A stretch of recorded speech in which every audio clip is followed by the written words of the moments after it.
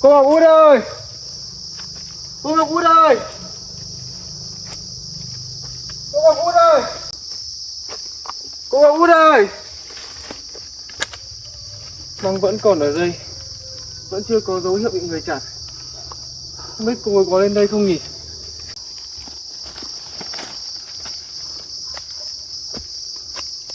Thôi mình sẽ đi lên trên này mình tìm tiếp. Cô Ngọc Út ơi! Cô Ngọc Út ơi!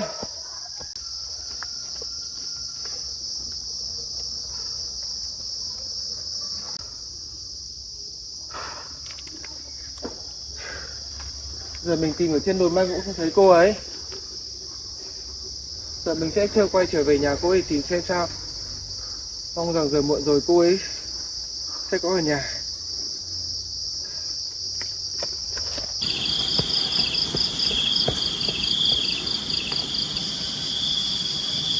Sao trời tối rồi mà vẫn chưa thấy cô ấy trở về? Hay là liệu cô ấy có phải gặp chuyện thật không?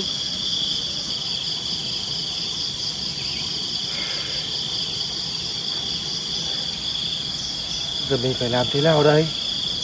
Ngọc Út ơi, cô đừng có làm sao nhé.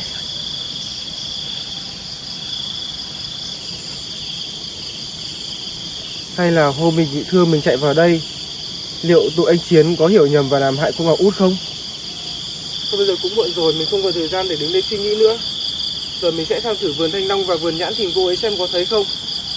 Mong rằng sẽ thấy cô ấy. Nếu không thấy cô ấy, mình sẽ lên chỗ anh Chiến để hỏi cho ra lẽ. Cô Ngọc Út ơi! Cô Ngọc Út ơi!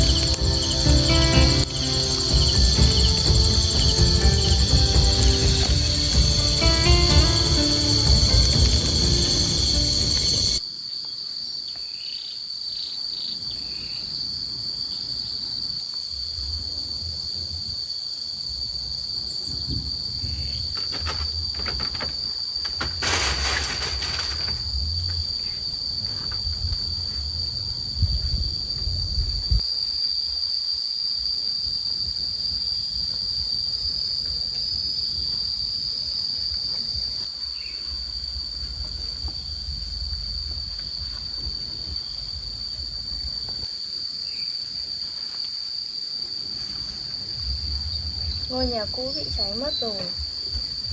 Hôm nay mình sẽ quay về đó để xây lại một ngôi nhà mới.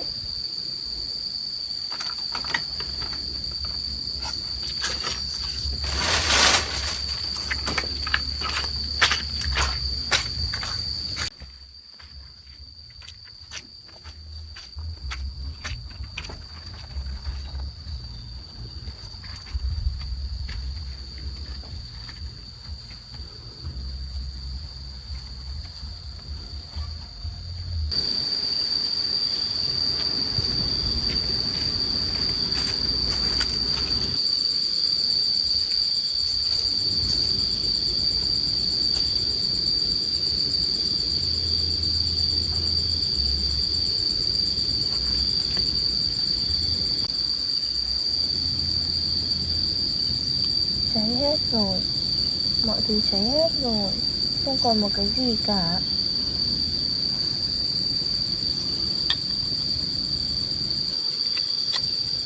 Trước tiên mình phải dọn dẹp sạch sẽ chỗ này đã. Nếu còn gì dùng được thì mình sẽ giữ lại.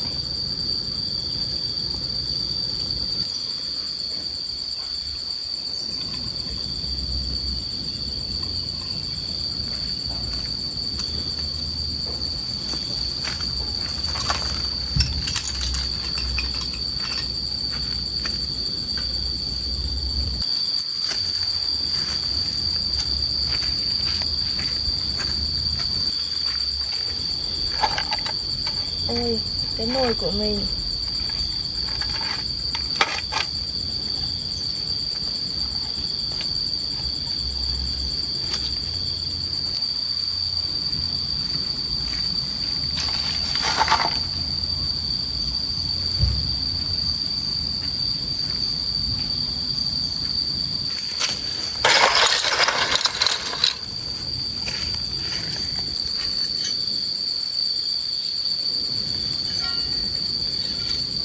May quá, cái cuốc này vẫn còn sử dụng được. Mình sẽ làm cho nó một cái cán mới.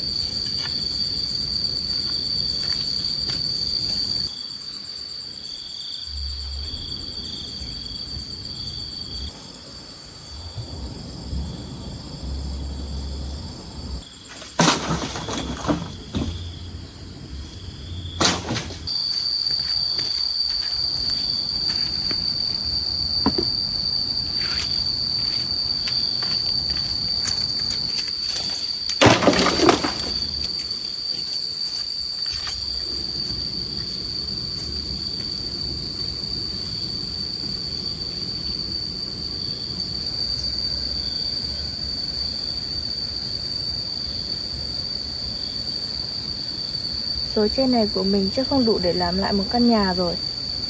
Mình phải đi chặt thêm tre thôi.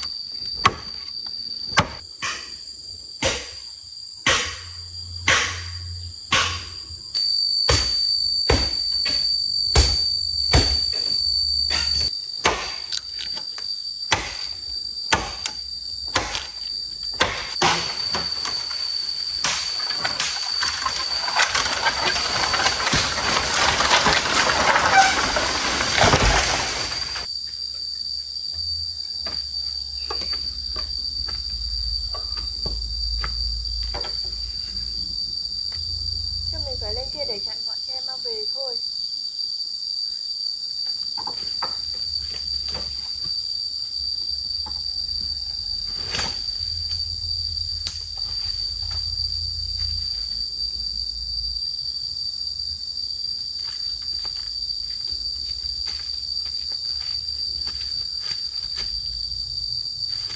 Ô, có con cua này. Sao lại có con cua to thế này nhỉ? Sao trên đồi này lại có cua? Thế là trưa nay mình không lo bị đói rồi. Trước tiên mình sẽ lấy cái dây rừng mình buộc nó vào đã.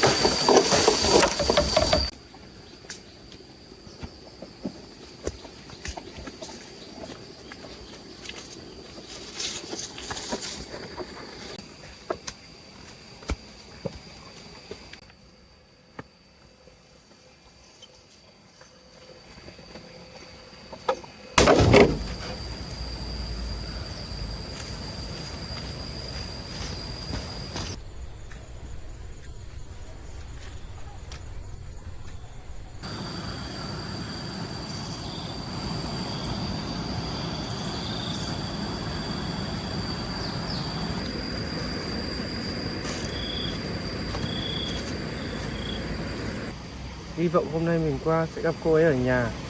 Từ hôm qua đến giờ mình tìm cô ấy mãi mà không thấy đâu cả. Nhà thì đang cháy như thế này.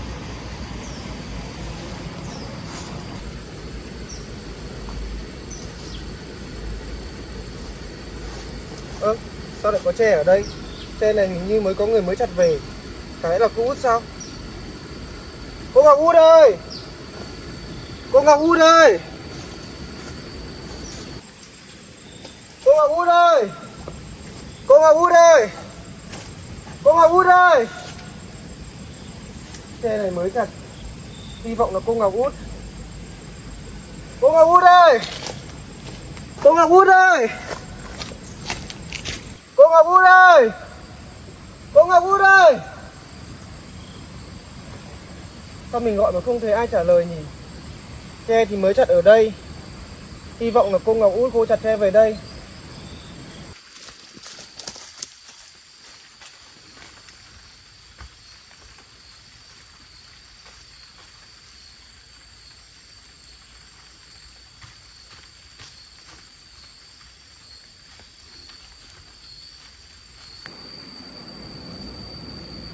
Cô Ngọc Út ơi!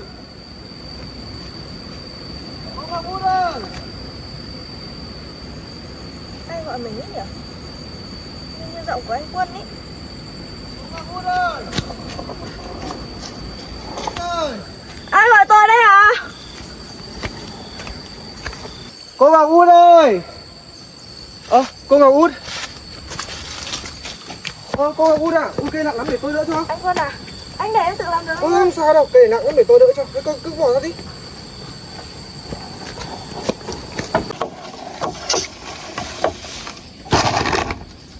Ui, nặng quá. Cô Ngọc Út ơi, sao cô thân con gái mà sao lại vác cây tre nặng này?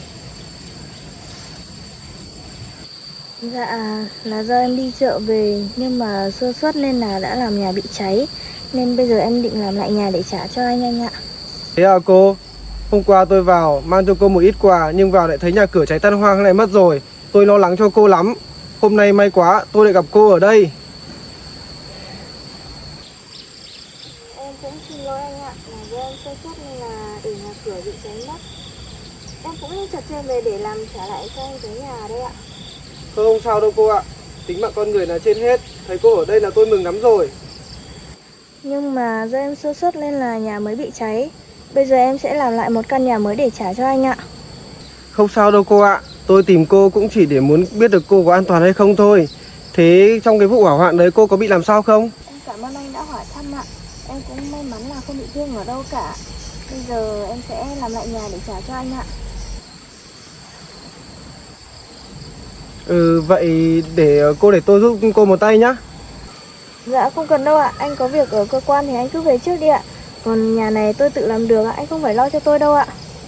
Cô ơi, hôm nay ở cơ quan tôi được nghỉ phép. Làm nhà thì cũng vất vả lắm. Hay là cô để tôi hộ cô một tay nhé. Dạ thôi anh ạ. Anh đã cho em chỗ ở rồi. Nhưng mà là do em sơ suất nên đã làm cháy mất. Bây giờ em không dám làm phiền anh đâu ạ. Anh cứ về trước đi ạ. Về này em tự lo được ạ. Thôi cô để tôi phụ cô một tay nhá. Cô mệt rồi cứ ra kia ngồi nghỉ trước đi. Để tôi hộ một lát là xong thôi.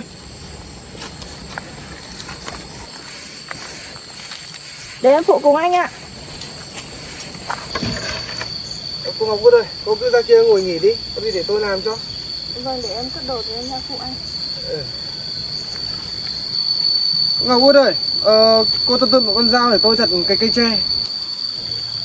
Anh ơi, nhà em có cưa mà, để em lấy cưa đưa cho anh.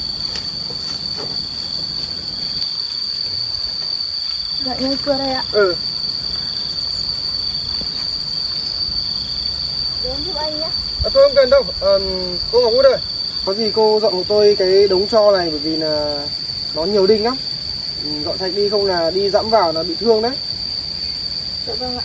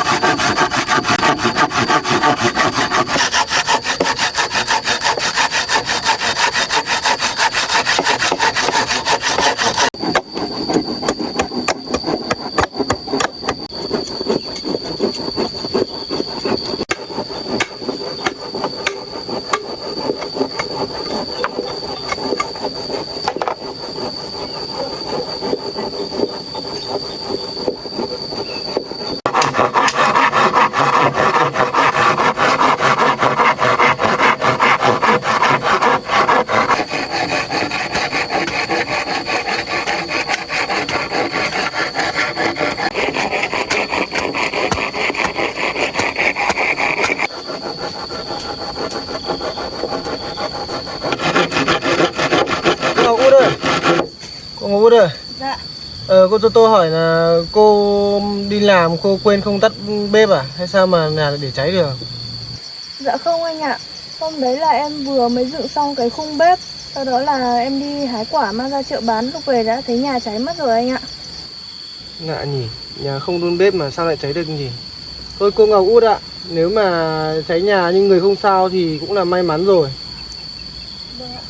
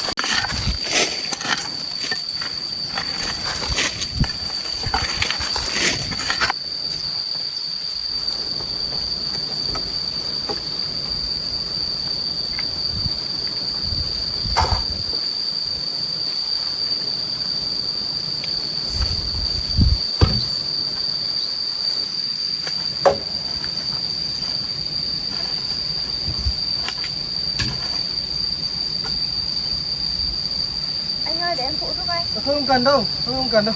Em làm gì rồi anh ạ, để em phụ giúp anh một tay. Thế cậu thôi.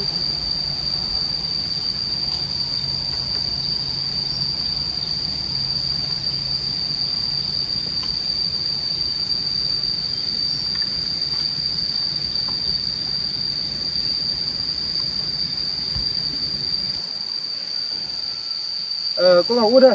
Dạ. Tôi nghĩ là bằng này tre là vẫn chưa đủ đâu. Có gì cô ở nhà cứ dọn dẹp quanh quanh nhé. Tôi chạy đến kia tôi chặt thêm mấy cây tre nữa. Vâng, thế để em đi cùng anh để phụ giúp anh nhá. Thôi, việc dọn nhọc này cứ để tôi làm cho. Cô ở nhà cứ tranh thủ dọn dẹp qua qua chỗ cái lề này nhá. Thôi, tôi tranh thủ tôi đi luôn đây không muộn mất. Thế em cảm ơn anh ạ.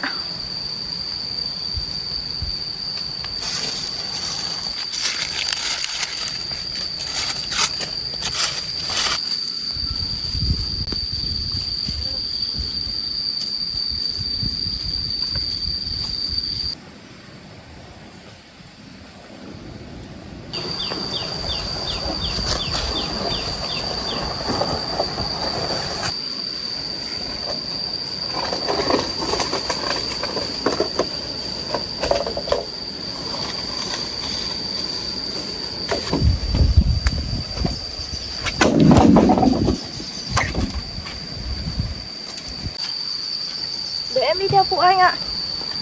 Thôi cô cứ ở nhà dọn dẹp đi, mình tôi làm được mà. Vâng ạ.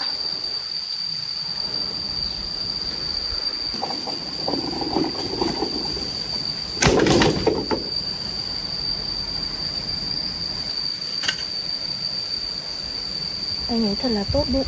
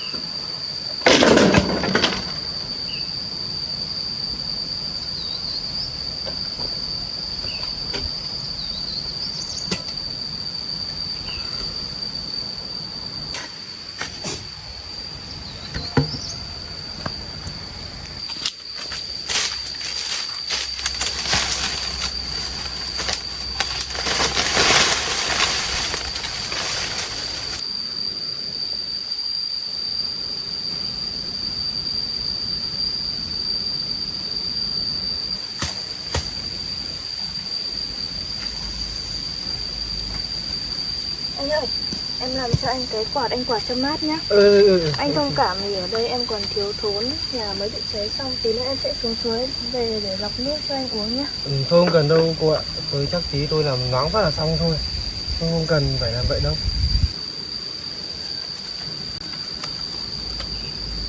À thế cô Ngọc Út ơi. Dạ. Thế tối qua sau khi bị cháy nhà ấy thì là tối qua cô ở đâu mà tôi tìm cô ở trên đồi măng với ở vườn thanh long và không thấy cô đâu cả? Dạ, sau khi em đi chợ về thì nhà bị cháy, lúc đấy nó đang cháy to, em định vào dập lửa. Nhưng mà lúc đấy chị Tiểu Ca đi ngang qua, chị có vào giúp đỡ nhưng mà không làm được gì cả. Sau đó chị ấy có lòng tốt, chị ấy đưa em về lán của chị ấy ở trong rừng, chị cho em ngủ nhờ ở đấy ạ. Chị ấy bảo chị ấy cũng quen biết anh đấy ạ. Hôm qua may nhờ có chị ấy, nếu không thì em không biết ở đâu cả. Trời thì mưa to. À là chị Tiểu Ca. Nhà chị ở bên kia suối. Chị ý thì có một cái khu vườn nhỏ ở bên này. Ngày bé thì tôi cũng hay vào nhà bác Bình chơi, cũng hay gặp chị ý nên là chị em cũng có quen biết nhau. Chị ý thì số cũng bất hạnh lắm cô ạ. Ngày trước chị ý bị bệnh, xong là chồng chị ý chê chị ý xấu, rồi thì là hay hành hung chị ý, xong đuổi chị ra khỏi nhà. Cuối cùng chị ý phải về nhà bố mẹ đẻ. Nghĩ mà thấy buồn quá. Vâng, em cũng nghe chị ấy kể về hoàn cảnh của chị ấy rồi anh ạ. Cũng may là chị ấy còn bố mẹ để nương tựa vào. Trên đời này thì ai cũng có một cái hoàn cảnh khác nhau.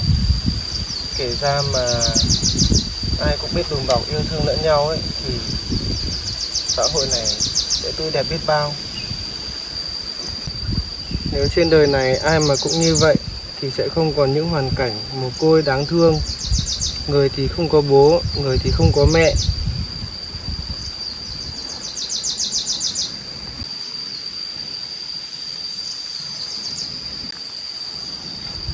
Ôi chết, cô Ngọc Út ơi, cô cho tôi xin lỗi nhé. Đáng lẽ ra tôi không nên nói như vậy. Có gì cô đừng để bụng tôi nhé. Dạ không sao đâu anh ạ. Đây cũng là số phận của em, phải chịu mà anh. À anh ơi, vết thương hôm nọ của anh thế nào vậy ạ? Anh đã khỏi chưa? Cảm ơn cô, vết thương của tôi cũng đỡ nhiều rồi. Thế cô đã có dự định gì về tương lai chưa? Em thì làm gì có tương lai hả anh? Đến cái nhà còn phải để anh cho mượn thì em mới có nhà mà ở. Chứ nếu không em suốt ngày ngủ ở gầm cầu, gầm cống thì lấy đâu ra tương lai? Thôi mình cố gắng lên cô ạ. Chúa sẽ không bỏ rơi tất cả chúng ta đâu. Vâng, em cũng hy vọng là như vậy ạ. Thôi cô ơi, cô ngồi đây nghỉ nhé. Tôi ra kia tôi làm nốt cho cô cái nhà. Đây cô cầm quạt, cô ngồi quạt nhé. Thôi anh để em ra phụ anh. Tôi không cần đâu, mình tôi làm được mà. Để em phụ giúp anh đi ạ.